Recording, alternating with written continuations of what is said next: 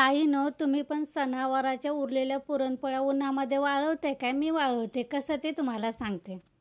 Hello, नमस्कार. मी प्रतिभा. तुम्हा सर्वांचं स्वागत करते आपल्या चॅनेलवर. तर आजचा दिवस तुम्हाला खूप छान सुंदर जाऊन तुमच्या मनातील सर्व इच्छा पूर्ण.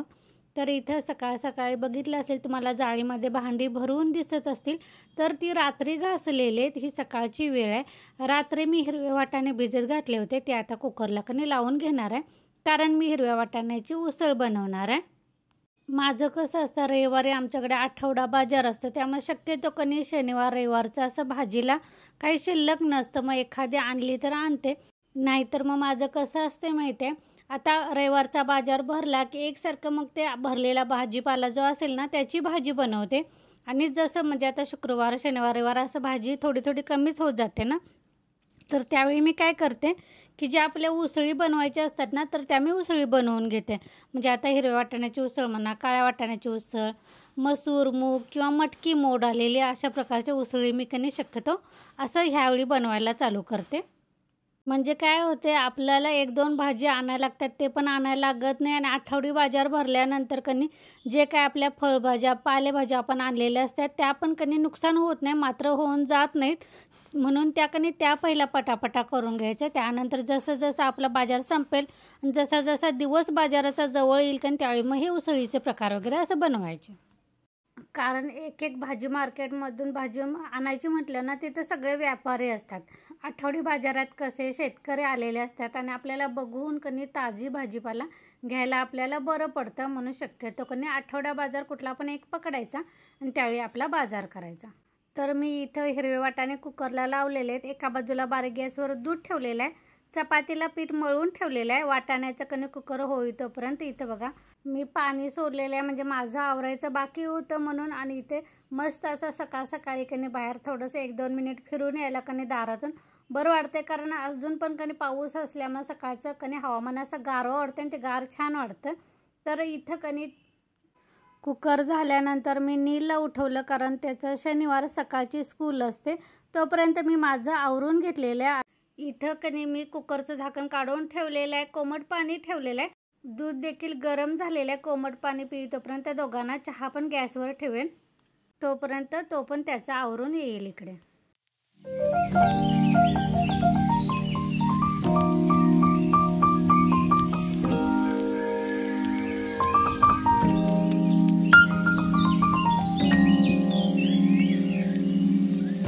तर इथं मला आता वाटाण्याची उसळ पहिल्यांदा फोडणीला टाकायची होती. त्यासाठी कणी मी जे साहित्य मला लागणार होतं ते जाळीतून थोडंसं कणी थोडं रॅकमध्ये लावायची, जे लागणार ते ओट्यावर ठेवायची. तर इथं मी कांदा चिरून घेतला. त्यानंतर मला ओलं खोबरं, आता आपण दसऱ्याला खोबरी फोडलेलीच असतात ना नारळ, तर त्यातलंच ओलं खोबऱ्याचं मी वाटण बनवलेलं आहे. तेच मला उसळीमध्ये घालून मी ओल्या खोबऱ्याची हिरव्या वाटाण्याची उसळ बनवणार आहे. तर इथं काय केलं माहिती आहे, मी चहा दिल्यानंतर कणी नाश्त्याला जे चपात्या सगळ्यांच्या एकदमच बनवून घेतल्या, कारण नाश्त्याला पण मला तेच द्यायचं होतं. कारण रात्री कणी मी मसाल्यातली अंडी केली होती, त्यातली 2 शिल्लक होती, त्यामुळे कणी ते अंडा मसाला मी गरम केला आणि नाश्त्याला पोरांना चपात्याने अंडा मसाला दिला. त्यानंतर कणी ओलं खोबरं घालून उसळ फोडणीला दिली. त्यानंतर दोघांचे डबा बॉटल वगैरे भरले, दोघं पण गेले. त्यानंतर त्याच्या बाबांना पण थोडासा भात शिल्लक होता, ते म्हणाले भात फोडणीला दे, म्हणजे तुम्ही नाश्ता करून जाईल. तर भात फोडणीला दिला. त्यानंतर दोघांनी आम्ही नाश्ता केला. त्यानंतर मी बाकीच्या कामांना माझ्या सुरुवात केली. पहिल्यांदा तर मला मशीन लावून घ्यायचं होतं, कारण आज पण कणी ढगाळ वातावरण आहे बघा. आणि ते खोबरी उन्हात घातलेली कणी काल ऊन होतं, पण काल व्यवस्थित अशी सुकल्यासारखी झाली. आणि घरात आल्यानंतर थोडंसं परत कणी हिरवट अशी बुरशी आल्यासारखी दिसते, तर ती मला परत कणी पुसून ठेवायला पाहिजे. ऊन आलं तर उन्हामध्ये ठेवेन, नाही तर मग मी फ्रीजमध्येच ठेवून जाईन. जोपर्यंत ऊन येत नाही तोपर्यंत ठेवेन, ऊन आल्यानंतर परत घालेन. फ्रीजमध्ये पण व्यवस्थित 2-4 दिवस राहतात, टिकतात चांगले. तर असं ऊन पाऊस वातावरण व्हायला लागले, त्यामुळे कधी मी खोबरी आता काय केलं आहे, जेवणामध्ये थोडं थोडं आता वापरायला चालू केलं आहे. कारण चुकून जर नाहीच चांगली वाळली तर सगळं कणी ते खराब होऊन जातील, त्यापेक्षा वापरून संपवायची असं मी मनात ठरवलेलं आहे. त्यामुळे रोज काहीतरी उसळीमध्ये वगैरे मी आता शेंगदाण्याचं कूट वगैरे घालायला बघतच नाही जेवणामध्ये. तर ओलं खोबरंच मी कणी वाटण करते, नाहीतर किसून टाकते, असं करायला लागले. तर इथं कणी टीव्हीच्या बेसवरचं नाही म्हटलं तर कणी भरपूर असा पसारा, म्हणजे चार्जरच कणी 3-4 असतात, ते सगळं व्यवस्थित गुंडळून ठेवायचं. ते सगळा पसारा कणी आवरावर करायला मला 10-15 मिनटं जातात. कारण इथं सोफा पण वगैरे झाडून वगैरे व्यवस्थित, गाद्या सगळ्या अशा वर खाली झालेल्या असतात, ते व्यवस्थित लावायच्या. त्यानंतर झाडू मारून घेतला. फरशा काय काल दुपारी पाणी आल्यामुळं मी काय केलं, दुपारनंतरच सगळ्या फरशा वगैरे पुसून घेतल्या होत्या. त्यामुळे आज काय मी फरशा पुसणार नाही. त्यामुळं फक्त झाडूच मारून घेतला. त्यानंतर ओट्यावरची कणी जेवण वगैरे बनवलेली भांडी पण पडली होती, ती सगळी घासून घेतली. ओटा वगैरे धुवून घेतला, शेगडी वगैरे. त्यानंतर देवपूजा करून घेतली माझी.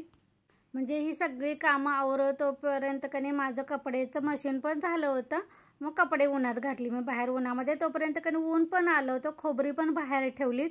आणि सगळ्यात शेवटी म्हणजे काय राहिलं होतं माहिती आहे, झाडांना पाणी घालायचं. बाहेरच्या झाडांना कुंड्यातनी कसं पाणी घालायला लागत नाही अजून पण, म्हणजे पाऊस कणी येतोय जातोय, त्यामुळे तेवढ्या पाण्यात कणी त्यांना पाणी घालावं लागत नाही. पण जे घरातले जे कुंड्या आणलेले आहेत कणी मी, ते प्लांट, त्यांना मात्र 4 दिवसानं पाणी घालायला लागते. त्यामुळे घरातल्या प्लांटना कधी सगळ्या पाणी मारून घेतलं.